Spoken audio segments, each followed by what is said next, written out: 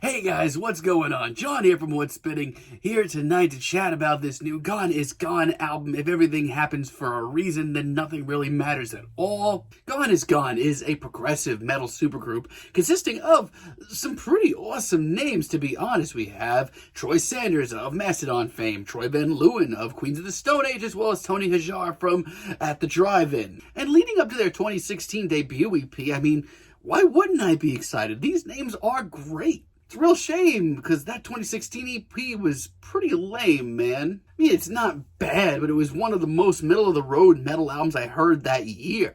It isn't nearly as progressive as it makes you want to think it is, and it was just massively underwritten, not to mention with the names attached to this project, you expected so much more. I don't know if you really want to argue 2017's full-length echolocation was certainly a little bit better, but once again, compared to the talent here, this album was weak, man. And let's be honest, these singles haven't been much better, as well as the title of this album, which made me cringe more than most of what I've listened to in 2020. Let's chat about this thing. Like I said, a lot of the singles leading up to this album didn't exactly excite me. Like, take, for example, Say Nothing. It just sounds sloppy as hell. This production is just so muddy, and it kind of sounds like it's trying to be edgy.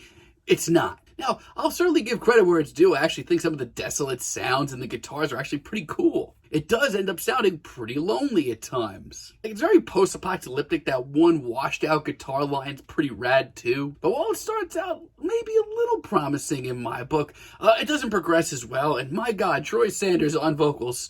You couldn't have phoned this in heavier, buddy. Also, the songwriting isn't nearly as captivating as I'd hope it would be. Then we have the very painfully titled Everything is Wonderfall. This sounds like a mess on wheels. We have this absolutely garbage Led Zeppelin knockoff rip.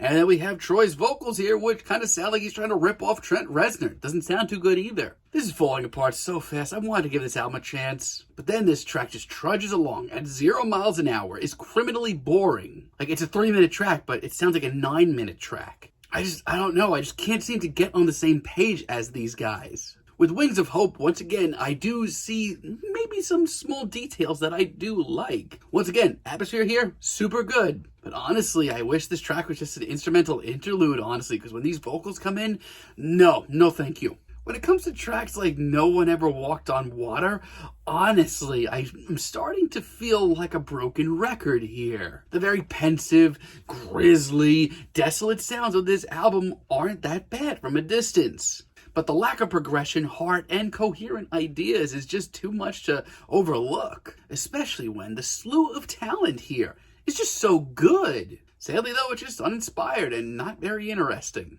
Sure, there are a few good tracks. I actually like the intro track, Resfeber, quite a bit. To be honest, this instrumental intro is one of my happiest moments here. I think that the band here actually do a really great job of building up some tension. They make things super grim, super cinematic. Going into this album, hearing this, I actually got a little bit of hope. Sometimes I feel is actually pretty good too. This dismal atmosphere that they bring in, when done correctly, is pretty cool.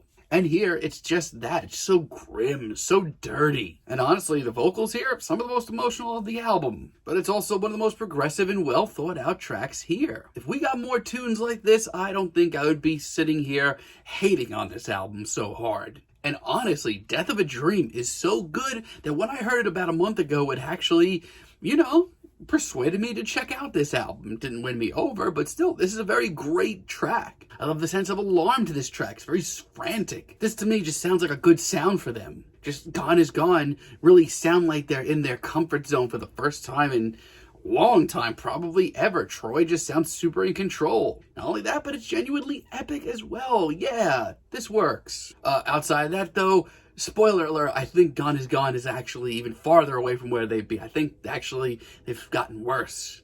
We have Crimson, Chaos, and You.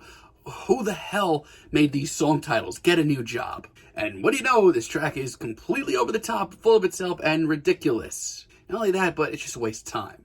Breaks is by far the worst track here. Now we're just getting into Marilyn Manson ripping off. Not even Worship, they're just ripping him off. This is the most unlistenable and one of the ugliest metal tracks I've heard all year. Like, in the realm of the heavier music I've heard this year, this is rock bottom, folks. And Payoff is not much better. I don't know, but that electronic tinge to everything all of a sudden, no, absolutely not. So cheesy, so goofy. And oh boy, here we get another super slow, plodding, overly dramatic for no reason metal tune. Ironically, it's one of the shortest tracks here, but I couldn't tell you that. I was counting the seconds till it's done.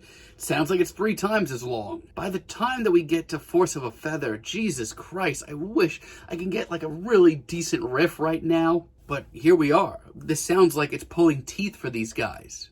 This is a handful of guys known for being super conceptual, super sharp in these genres. Real shame they didn't bring that to the table. And Dirge for Delusions is overdramatic. It is really kind of sad to listen to. It's just overly emotional, but it doesn't even sound cool. This instrumental goes nowhere. And by the end of this is an honest-to-God ballad, but not a good one. It's one of the hardest to listen to ones I've heard all year.